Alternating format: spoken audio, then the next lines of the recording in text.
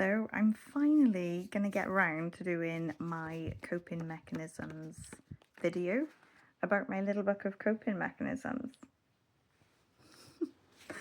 So I don't know if any of you followed this, but since dry January I have been collecting data. My lovely autistic brain loves to do research, and it loves to research me because that's what I've been doing for most of my life, trying to figure out who I am and why I feel certain ways at certain times.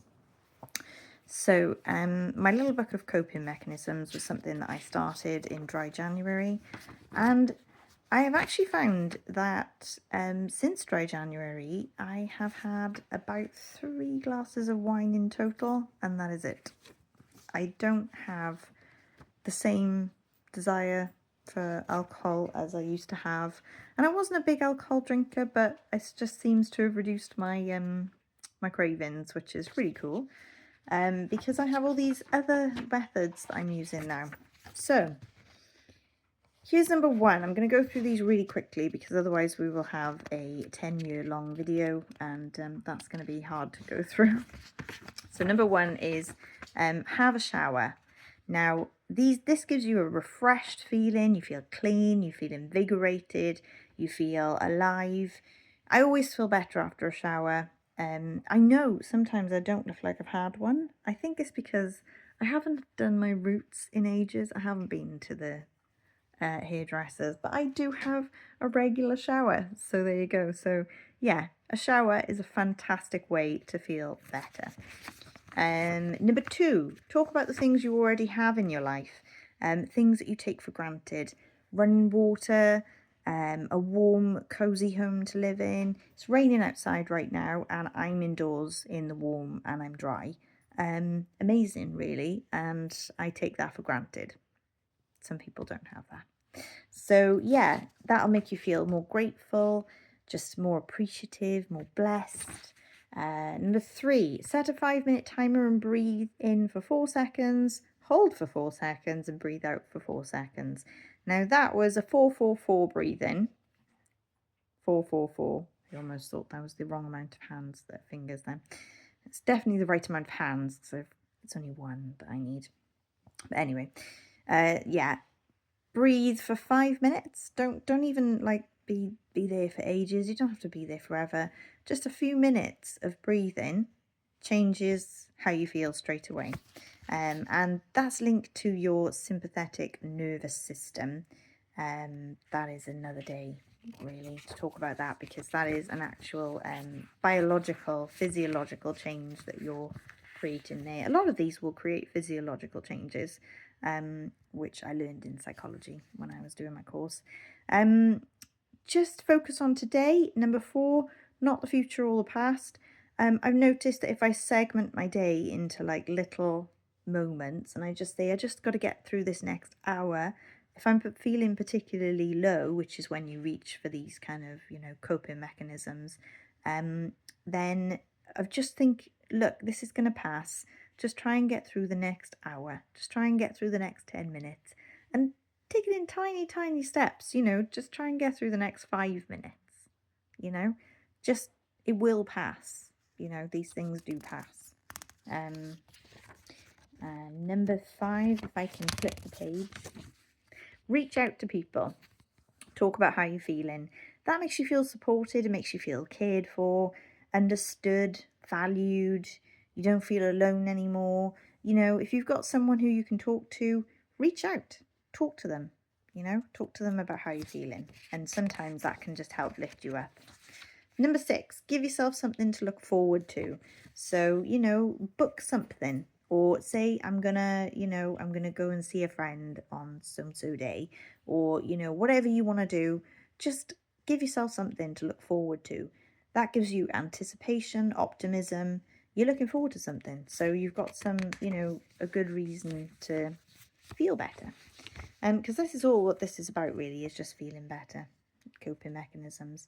Number 7, be comfortable with being uncomfortable. So obviously when you're feeling that way, I know I just get really sometimes frustrated with my feelings and like, oh, why do I feel like this?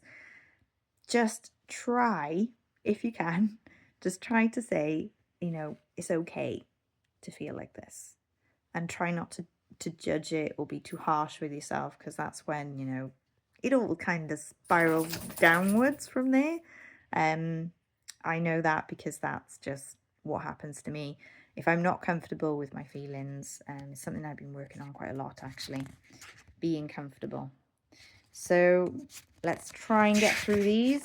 My dog is trying to get my attention. Number 8, have other things that you enjoy, other things that you enjoy. And we're talking about alcohol here, so obviously I was thinking like Horlicks, Rubis tea, milk and honey sometimes gives me a soothing feeling. I do like those little trip drinks. I don't have the CBD ones, but I do have the ones that have like chamomile and magnesium. And they're pretty good, actually. So I've kind of created a different routine where I have a little drink of like a trip drink before I go to bed. Spend time outside, number 9. That could be sitting out in the garden, just going to a park. It doesn't have to be full on exercise. You just spending time outside, just looking at things. I at the moment with the fact that I've got to build my back up and my legs and things like that. That does mean that I can't really do huge amounts of exercise outside, but I do try to get outside and just look at things like trees and things like that. It just makes me feel better. So there you go. Number 10 is hyper focus in a different direction. This was really good for me. I found a documentary when I was not feeling particularly good and I was having a bit of a moment. And I found a documentary on Take That. Now, Take That are something that I used to love as a child. And it just played into my feelings of when I was younger and I was hyper fixated on Take That. Hyper focusing in a different direction is fantastic. It just changes where you're going. So whatever you love, Rich loves dinosaurs. Reading a book about dinosaurs for him would be hyper focusing in a different direction. You might love something else. Just pick something that you really love and go and research it. Watch a documentary about it. That really took me off, off into the a good place for a good while, actually, because there was like a documentary that was quite a few hours. So that was cool.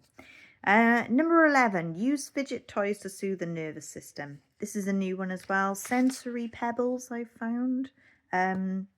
Toys, cuddling toys. The little ring thing I showed you, and you could just twiddle it on your finger. Fantastic. So much easier. That is my list. That's in my little book. I haven't even finished it.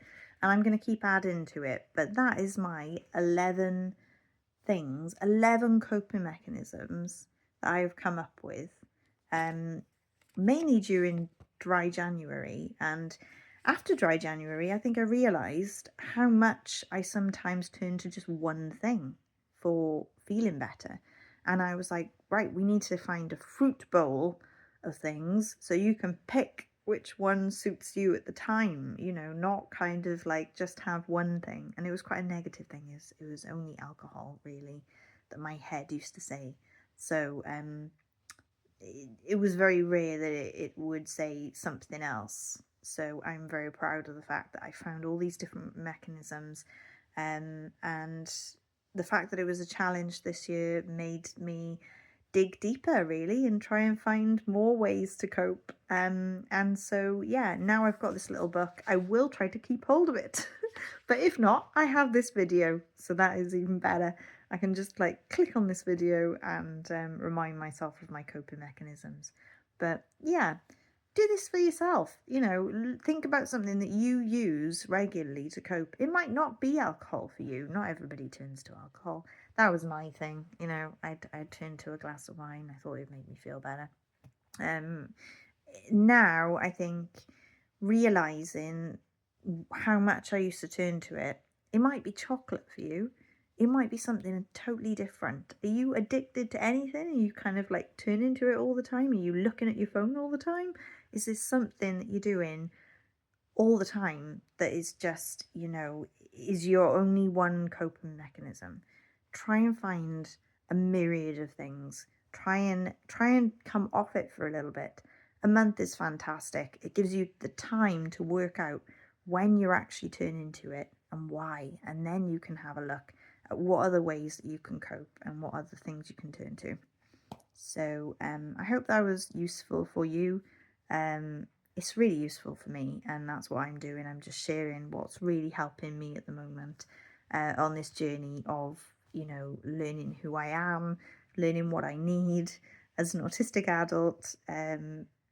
Didn't really do it as a child, never knew what I needed, and I'm relearning all of that now as an adult, and that's what this is all about, is learning about how I can look after myself better as an autistic adult. So yeah, there we go.